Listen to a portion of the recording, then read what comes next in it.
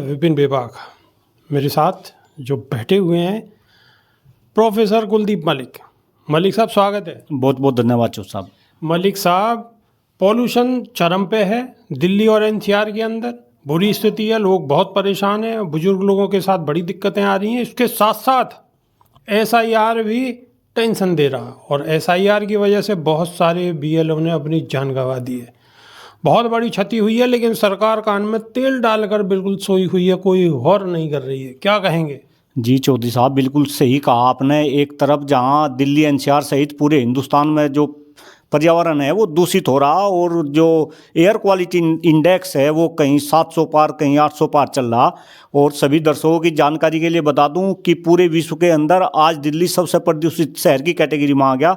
और दूसरी तरफ आपने एसआईआर की बात करी, और एक शिक्षक नेता होने के नाते भाई आपको बताऊं कि इस एसआईआर की प्रोसेस में जो सबसे ज़्यादा और सबसे महत्वपूर्ण रोल है वो शायद शिक्षक का भी है। जितने भी बीएलओ है आप देखें, अगर आप बीएलओ की बात करें, बूथ लेवल ऑफिसर्स की बात करें, तो उसमें ज़्यादातर जो है शिक्षकों की नियुक्ति करी गई। और आज पूरे हिंदुस्तान के अंदर एसआईआर को लेकर लगभग 30 बीएलओ वो मौत के घाट उतर चुके। उसमें कुछ ने आत्महत्या करी, कुछ को ब्रेन हेमरेज हुआ।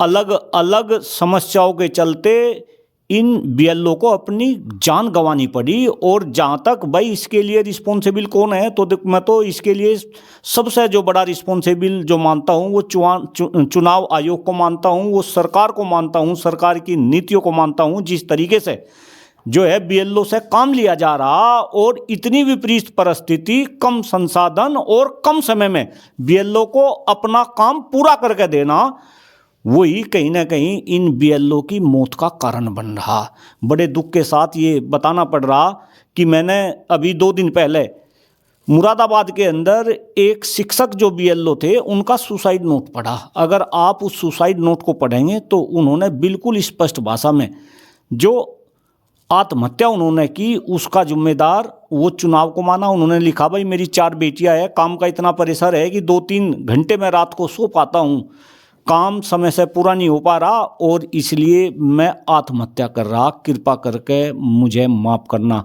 मेरी 4 बेटियों का ध्यान रखना। आप देखिए जो 30 बीएलओ ये गए पूरे हिंदुस्तान के अंदर 12 राज्यों में, केंद्र शासित प्रदेशों में, भाई वे किसी के पति है, किसी बच्चों के वे बाप है, किसी माँ बाप के वे बेटे हैं। ज़रा सोचिए उन घर की क्या परिस्थिति होगी। मैं तो अपने आप में जब सोचता हूँ तो मेरा तो दिल दहल जाता है चौथ साहब। लेकिन सरकार की जो नीति है, सरकार इस पर बिल्कुल मौन धारण करे हुए बैठी है और ना ही चुनाव आयोग की कोई इस पर प्रतिक्रिया है, ना ही कोई उसमें रियायत दी जा रही है। तो आखिर ये इस स्थिति से तो और ज़्यादा स्थिति विकराल होगी। भाई ये खबरें हम 30 लोगों की सुन रहे हैं तो ये संख्या और भी बढ़ सकती है आने वाले समय में। नहीं चौधरी साहब, आपकी जानकारी के लिए बता दूं, अभी जो जानकारी मिली, पहले जो बीएलओ को काम अपना 1 महीने के अंदर करना था वो अब उन्हें 7 दिन की और रियायत दी गई, 7 दिन उस काम में बढ़ाए गए। लेकिन ये 7 दिन ये भी सफिशिएंट नहीं है।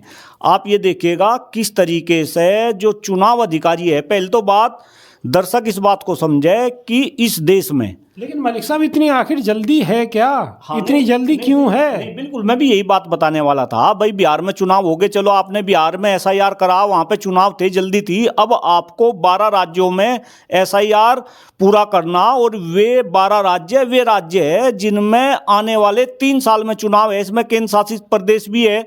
तो मैं ये कह रहा, अगर किसी राज्य में जब चुनाव के लिए इतना समय बचा हुआ और आपने वहां पे केवल और केवल 1 महीने की जो है लिमिट डाल दी, काम इतना ज़्यादा है, फिर आपके पास संसाधनों की कमी है। आप देखिए सारा का सारा जो ये बीएलओ का काम है ये ऑनलाइन है, और मैं जानकारी के लिए बता रहा कि इंफ्रास्ट्रक्चर आपके पास में है नहीं, भाई सर्वर आपके चलते नहीं, इंटरनेट आपके पास में है नहीं। आप ग्रामीण क्षेत्रों की बात करो, वहाँ इंटरनेट की सुविधा नहीं है, आपके सर्वर डाउन हुए रहते हैं।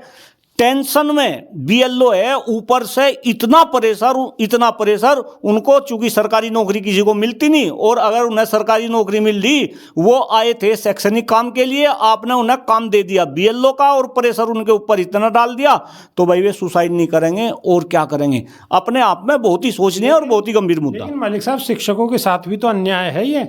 आपको तो ये आवाज मुखरता से उठानी चाहिए, नहीं, क्योंकि आप तो शिक्षकों के नेता भी हैं और आगे आपकी तैयारी भी है चुनाव लड़ने की। नहीं चौधरी साहब, आपने बिल्कुल बिल्कुल सही बात कही। मैं एक शिक्षक नेता के रूप में जो है देश में काम कर रहा हूं, और जहां तक आवाज उठाने की बात है, भाई आप देखो किस तरीके से हम आवाज उठा रहे, और हम तो ये कह रहे कि आखिर काम करने के लिए, चुनाव का काम करने के लिए क्या इनको शिक्षक ही मिले हैं? भाई आप जरा ये भी तो सोचो कि जो सरकार है, सरकार के अंडर में जो कर्मचारी है, वो कर्मचारियों का केवल डिपार्टमेंट शिक्षा डिपार्टमेंट नहीं, और भी करीब 27-28 डिपार्टमेंट है। आप सिंचाई विभाग को ले लो, आप चिकित्सा विभाग को ले लो, आप जो है पुलिस विभाग को ले लो, इसके बाद ऐसे कुल मिला के 27-28 जो है विभाग सरकार चलाती है, जहां सरकार के कर्मचारी है।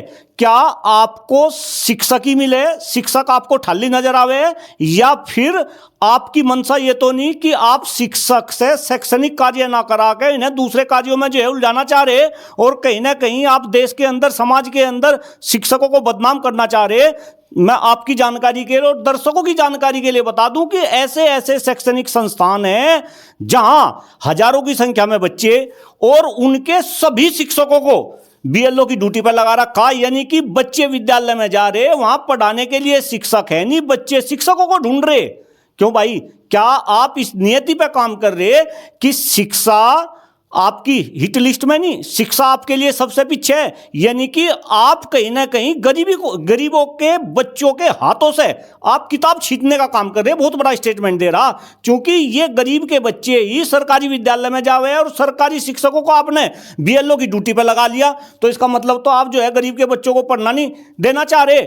आपके बच्चे प्राइवेट विद्यालय में पढ़ रहे, प्राइवेट विद्यालय में जो शिक्षक है वो तो बीएलओ का काम नहीं कर रहे, बीएलओ का काम तो ये सरकारी वाले कर रहे हैं, सरकारी में पढ़ रहे गरीब के बच्चे। यानी कि बिल्कुल स्पष्ट बात है कि सरकार गरीब को गरीब बना के रखना चाह रही, और सरकार अमीर को अमीर बना के रखना चाह रही। और जो कुछ लोग सरकार के ऊपर इल्जाम लगाते हैं कि भाई ये सरकार तो जो है अमीरों की सरकार है, अमीरों के लिए काम कर दी, तो ये तो इस बात से भी स्पष्ट होता है। तो मेरा निवेदन है खास तौर से चुनाव आयोग से, देखिए चुनाव आयोग जो है, जब हिंदुस्तान में 12 के 12 महीने 24/7 चुनाव का काम हो रहा, आप देखो कोई महीना ऐसा नहीं जाता जब चुनाव ना हो। कभी यहां प्रधानी के चुनाव, कहीं यहां नगर निगम के चुनाव, कभी यहां विधानसभा के चुनाव, कभी यहां लोकसभा के चुनाव। भाई ये चुनाव आयोग अपने परमानेंट कर्मचारी क्यों नहीं रखते?